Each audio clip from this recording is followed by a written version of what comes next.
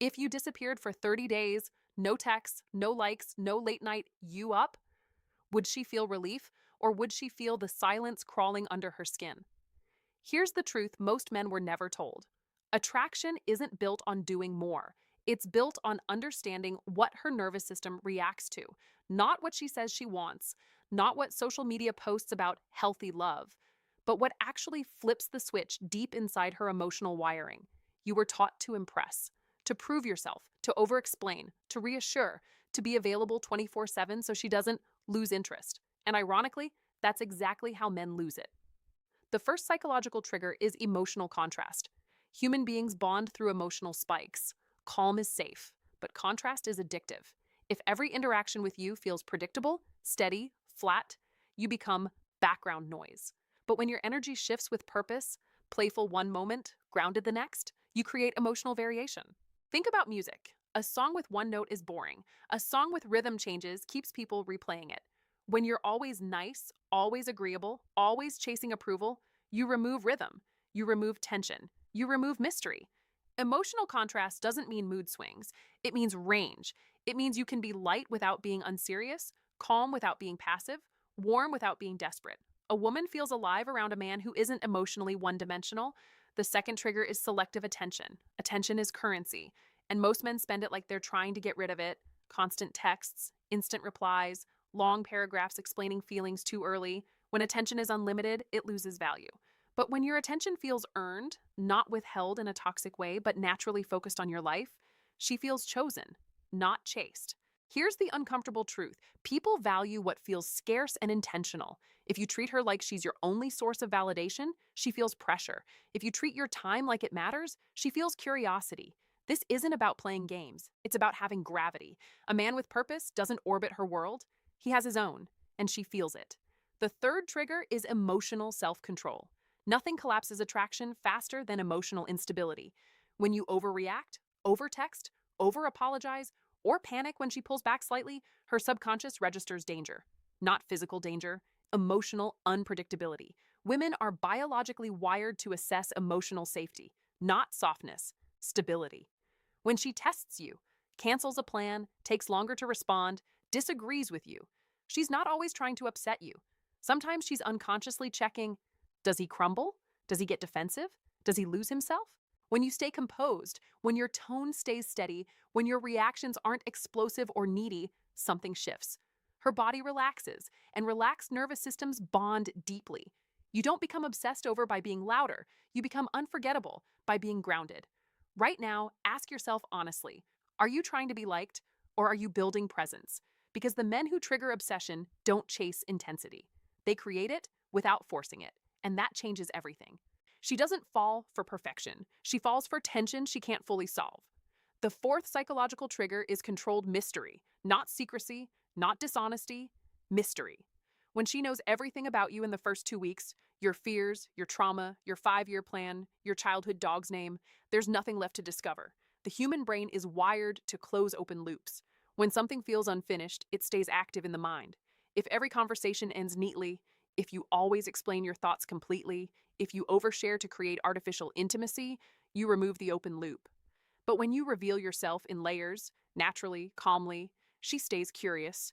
Curiosity is obsession's quiet beginning. Notice how some people linger in your thoughts because you don't fully understand them? It's not manipulation, it's pacing. Depth is powerful, but depth delivered too quickly feels overwhelming instead of magnetic. You don't owe anyone instant access to your full story. Let her discover you. The fifth trigger is emotional leadership. This is where most men get confused. Leadership doesn't mean control. It means direction. When plans are vague, when energy is uncertain, when you constantly ask, what do you want to do? Without offering structure, you shift emotional responsibility onto her. And that creates subtle fatigue. Confidence is clarity. When you say, be ready at 7, I'm taking you somewhere you'll like, and you've genuinely thought it through, her nervous system feels guided. There's comfort in knowing someone else can steer. In relationships, emotional leadership shows up in smaller moments too. If there's tension, you address it calmly. If she's overwhelmed, you don't match chaos. You bring steadiness. If she's unsure, you don't beg for reassurance, you hold your center. Women don't obsess over men who seek constant validation. They bond deeply with men who validate themselves first. There's something almost invisible that happens when you stop seeking approval. Your posture changes, your tone slows, your words become intentional, and she feels that shift before she can explain it. The sixth trigger is challenge, not criticism, not disrespect. Challenge. If you agree with everything she says just to keep peace, she senses it. Attraction needs polarity. Two identical energies don't spark. When she says something playful, push back playfully. When she teases you, tease back. When she tests your opinion, stand in it calmly. Disagreement delivered with composure creates friction, and friction creates heat. The key is emotional neutrality. You don't argue to win, you express to stay authentic. Many men think obsession comes from overgiving. In reality, it often grows from unpredictability with instability. She knows you're consistent, but she doesn't know exactly how you'll respond in every moment. That subtle uncertainty keeps her engaged. If you've ever wondered why the too nice guy gets overlooked while the composed, slightly unpredictable one keeps her attention, it's because attraction feeds on stimulation. Safe doesn't mean boring. Stable doesn't mean passive. The truth is, most men are trying to convince women to stay. The rare man simply becomes someone worth staying for. And the difference isn't louder effort, it's controlled presence. Here's the part no one says out loud. She doesn't obsess over the man who needs her. She obsesses over the man who wants her, but doesn't depend on her. The seventh psychological trigger is emotional independence. This is where attraction either deepens or dies quietly. When your happiness rises and falls based on her mood, her replies, her attention, she feels it. And even if she cares about you, something inside her pulls back. Because dependence creates pressure, and pressure suffocates desire. Emotional independence means you enjoy her presence without attaching your identity to it.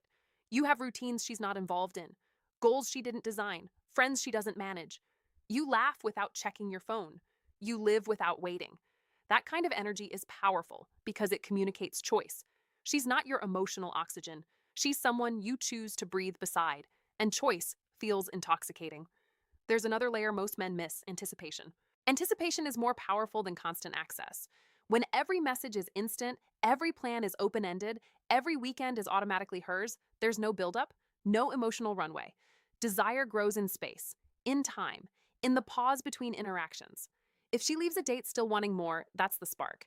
If she walks away slightly unsure when she'll see you next, but confident you're interested, that's the hook. Obsession is rarely created in intensity. It's created in controlled restraint. Think about it. The moments that replay in your mind are usually unfinished. The kiss that almost happened, the sentence that trailed off, the look that lingered half a second longer than expected. Give her moments to replay. Another truth most men avoid: unpredictability within boundaries creates emotional depth. You're consistent in character, respectful, grounded, calm, but your responses aren't robotic. Sometimes you end the call first. Sometimes you delay responding because you're genuinely busy. Sometimes you switch up the date idea. Sometimes you say no, yes, no. Saying no respectfully is one of the strongest signals of self-respect. When you agree to everything just to keep her around, you lower your perceived value. When you maintain standards calmly, she senses strength, and strength feels safe. This isn't about manipulation. It's about alignment. Women are deeply intuitive. They can sense when a man is performing, when he's trying too hard, when he's reading from a script he learned online, but they can also sense when a man is centered. Centered men don't chase validation. They don't panic at silence. They don't oversell themselves. They listen more than they speak. They touch slowly. They move deliberately. They speak clearly. They don't rush emotional intimacy just to secure attachment. And here's the secret layer beneath everything: emotional pacing. If she shares something vulnerable, you don't immediately escalate intensity. You match depth, not overwhelm it. You hold space without turning it into a rescue mission. That restraint creates trust. When she feels emotionally safe but slightly stimulated, grounded but slightly curious, wanted but not possessed. That's the formula. Obsession isn't about control, it's about impact. And impact comes from presence that feels rare. So ask yourself honestly, if she pulled back slightly tomorrow, would you stay steady or would you spiral? Because the men she thinks about at night are not the loudest. They're the ones who remain calm in the quiet. There's something deeper happening beneath all of this, something most men never see. Attraction isn't logical, it's biological. Her conscious mind might say she wants consistency, kindness, stability, and she does. But her subconscious is scanning for emotional strength, social proof, and value signals she doesn't even realize she's measuring. And this next layer changes everything. Pre selection. When other people respect you, enjoy your presence, respond positively to you, it raises your perceived value without you saying a word. Humans are social creatures. We look at how others react to someone before deciding how we feel about them. If you walk into a room and you're relaxed, comfortable, exchanging energy easily with different people, you create silent influence.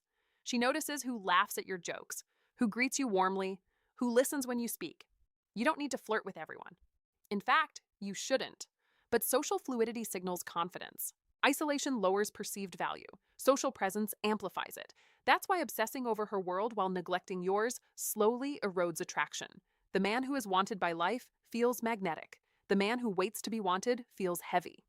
Another trigger most men misunderstand is emotional non-reactivity to tests. Yes, tests. They aren't always intentional. Sometimes they're subconscious. A delayed reply, a sarcastic comment, a comparison to someone else, a small disagreement. In those moments, she's not always trying to hurt you. She's observing you.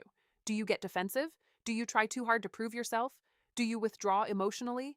Or do you smile slightly, stay grounded, and respond with calm assurance? When you don't overreact, you communicate abundance. Abundance doesn't mean having multiple options. It means having internal stability. You're not threatened by minor disruptions. And when she senses you're not easily shaken, something clicks. Security without stiffness.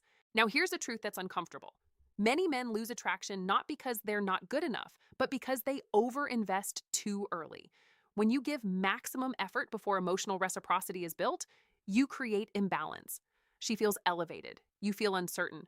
Instead, match investment. If she gives a little, you give a little more. Not everything. If she increases effort, you meet it. Balanced escalation creates mutual growth. Uneven escalation creates pressure.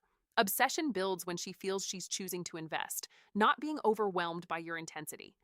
Another powerful layer is decisiveness under pressure. When plans change unexpectedly, when emotions get tense, when life throws unpredictability, how you respond matters more than what you say. If she sees you adapt smoothly, if you pivot without frustration, if your tone stays steady even when circumstances don't, you signal leadership without dominance. That combination is rare. Calm under chaos is intoxicating.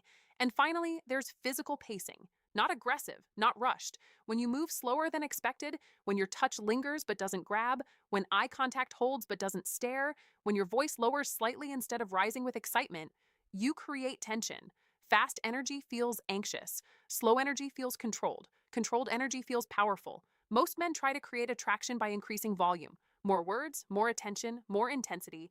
But obsession often grows in reduction, less explaining, less chasing, less proving, more presence, more depth, more restraint. Right now, understand this. She's not measuring your effort. She's feeling your energy, and energy doesn't lie. If your foundation is shaky, she senses it.